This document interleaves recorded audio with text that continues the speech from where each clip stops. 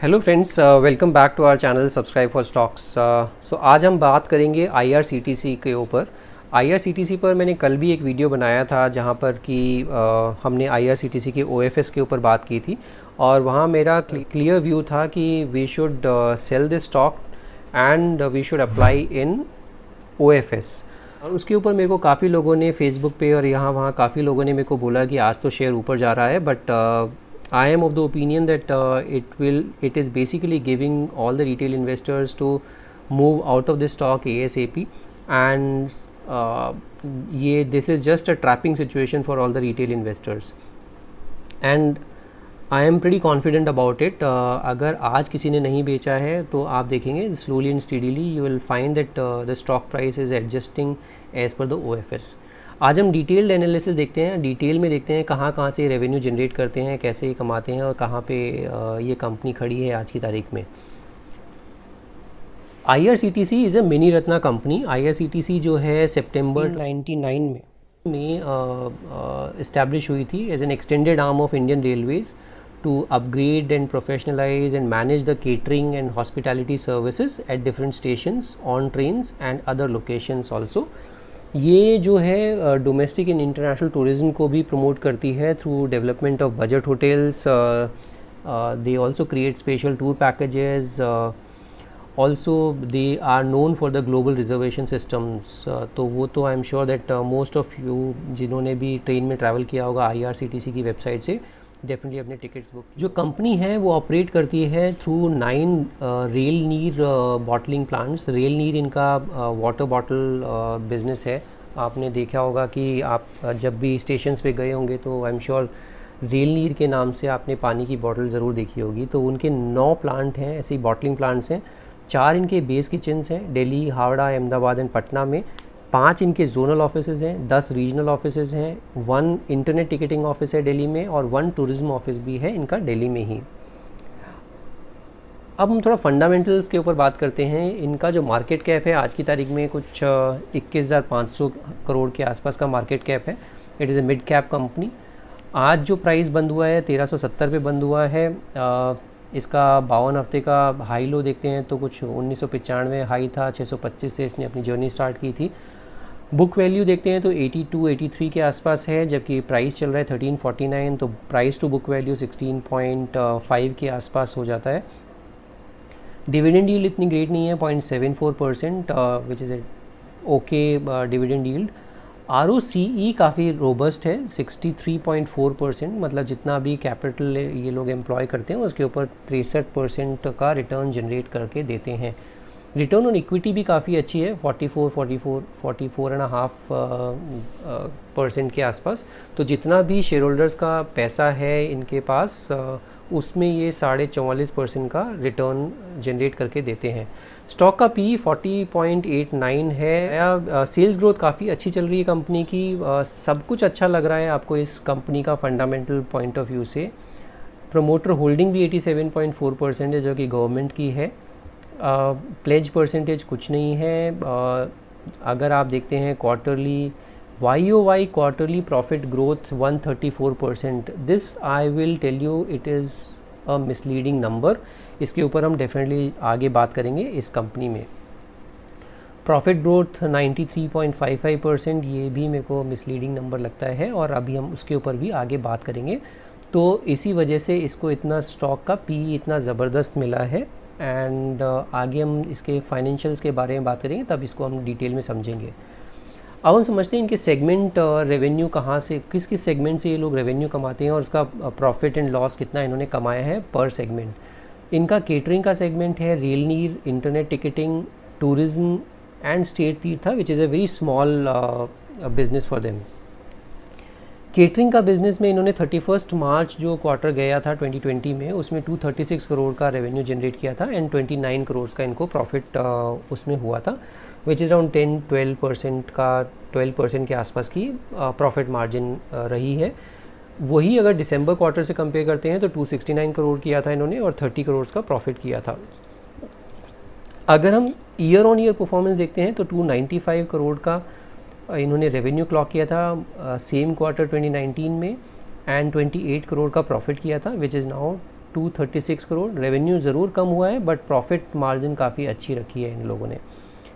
Total year on year performance देखते हैं तो मार्च FY20 में 1044 करोड़ का बिजनेस रेवेन्यू आया केटरिंग से, out of which 120 crore was the profit out of this, same 12% के आसपास का जैसे मैंने आपको बताया था। अगर FY19 की बात करते हैं तो 1024 का रेवेन्यू था और 147 करोड़ का इसमें प्रॉफिट था। तो इन्होंने प्रॉफिट मार्जिन अगर देखेंगे तो केटरिंग के बिज़नेस में इन्होंने कम हो गई है इनकी 147 करोड़ से 120 करोड़।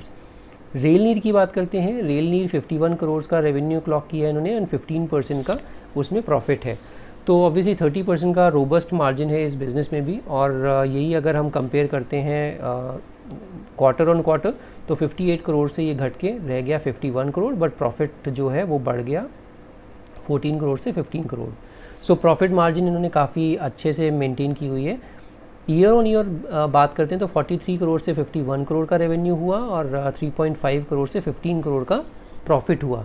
तो यहीं पर जो बात कर रहे हैं वो हम लोग देख सकते हैं। ईयर ऑन ईयर कंपेयर करते हैं तो 3.5 करोड़ से 15 करोड़ का इन्होंने प्रॉफिट क्लॉक कर दिया।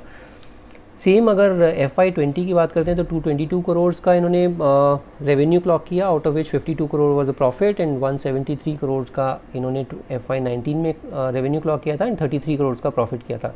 तो अगर देख सकते हैं 33 करोड़ से सीधे प्रॉफिट हो गया 52 करोड़ का, which is a very good thing.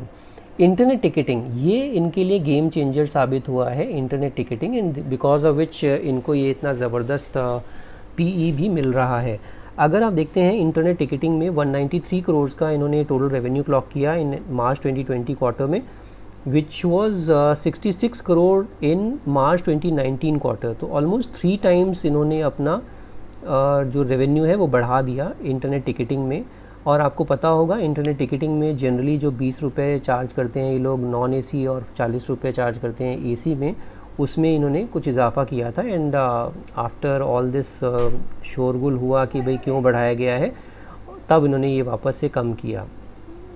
इसके बाद अगर आप देखते हैं प्रॉफिट भी 63 करोड़ का था मार्च 2019 क्वार्टर में, जो कि फिर से ऑलमोस्ट 2.5 गुना हो गया है इनका प्रॉफिट भी इंटरनेट टिकटिंग में। And because of which 193 crore जो इन्होंने क्लॉक किया revenue, this is just because of the low base effect. अब अगर हम बात करेंगे FY21 में, तो मान लीजिए मार्च 21 में अगर हम देखेंगे तो ये जो बेस इफ़ेक्ट था ये अब 193 करोड़ हो चुका होगा। और अगर हम देखते हैं तो इसमें ऑलमोस्ट फिजल आउट हो चुका है 2 क्वार्टर। तो आई एम श्योर कि ये जो अभी लग रहा है ये थोड़ा सा इन्फ्लेटेड फिगर है और ये एडजस्ट हो जाएगा नेक्स्ट ईयर तक, क्योंकि बेस इफ़ेक्ट जो इनको लो बेस का फ़ायदा इन्होंने उठाया है वो ख़त्म हो जाएगा। और 193 करोड़ से जब कंपेयर करेंगे आप ईयर ऑन ईयर परफॉर्मेंस, तो आपको समझ में आएगा कि काफ़ी ज़्यादा इसमें ग्रोथ नहीं कर सकते ये इस बिज़नेस में। टूरिज़्म की बात करते हैं तो 102 करोड़ का रेवेन्यू ज़रूर क्लॉक किया, मगर 40 लाख का इन्होंने नुकसान किया है, जो कि लास्ट ईयर FY19 में मार्च क्वार्टर में 83 करोड़ का इन्होंने रेवेन्यू क्लॉक किया था, बट 11 करोड़ का प्रॉफिट जनरेट किया था। तो इस तरह से अगर टोटल FY20 में देखते हैं तो 295 करोड़ का रेवेन्यू यहाँ से क्लॉक किया, out of which 10 crore was the profit. And FY19 की बात करें तो 246 करोड़ का रेवेन्यू था, जो कि कम था, but profit was very very high, almost 3 times. But you just need to understand कि इतना ज़बरदस्त परफॉर्मेंस एक्चुअली है नहीं, it is all because of low base effect, और उसी वजह से इनको ये सारा फ़ायदा हुआ है। अब हम देखते हैं शेयर होल्डिंग पैटर्न में। जैसा मैं हमेशा कहता हूँ कि आई थिंक रिटेल इन्वेस्टर हमेशा गलत टाइम पे एंटर करता है शेयर में और गलत टाइम पर ही एग्ज़िट करता है। तो अगर आप देखते हैं सितंबर 19 क्वार्टर में प्रोमोटर की 87.4% हिस्सेदारी थी, बट FIDIS 0 थी, रिटेल की 12.60% हिस्सेदारी थी। अगर हम दिसंबर क्वार्टर देखते हैं जहाँ पर कि ये लिस्ट हुआ था, उस टाइम पर FIS ने 1.99% की अपनी जो हिस्सेदारी थी और DIS ने 5.11% अपनी हिस्सेदारी इसमें ली थी, जबकि रिटेल इन्वेस्टर की 5.50% रह गई थी हिस्सेदारी 12.60 से घट के। जहाँ पर कि FIS DIS खरीद रहे हैं वहाँ पे रिटेल इन्वेस्टर बेच देता है।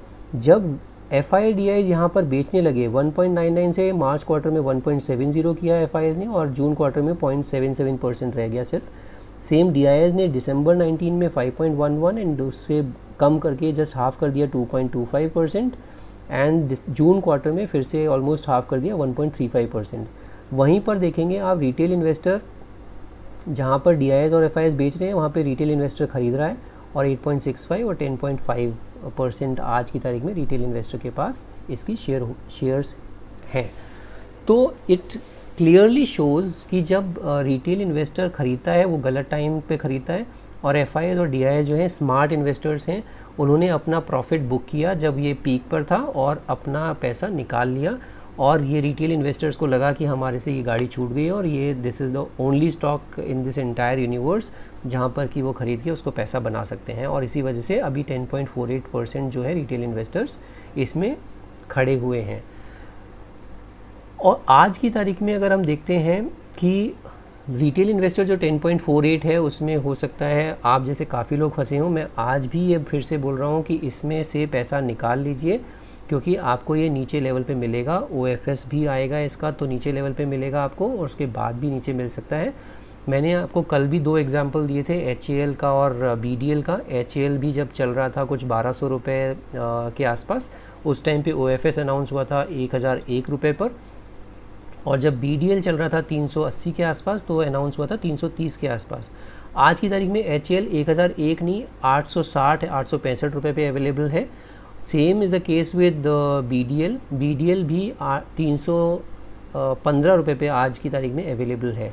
सेम IRCTC भी, अगर आज की तारीख में हम देखते हैं, थोड़ा सा टेक्निकल पर भी बात करते हैं, तो ये मैंने आप जैसा देख सकते हैं 1370 रुपये पर आज भी इसने अच्छा मूव दिया है ऊपर की तरफ, और इसी वजह से काफ़ी लोगों ने बोला कि मैंने बोला है बेचने के लिए, और इधर जो है शेयर ये ऊपर की तरफ चल रहा है, but it is giving you very good chance to move out of the stock.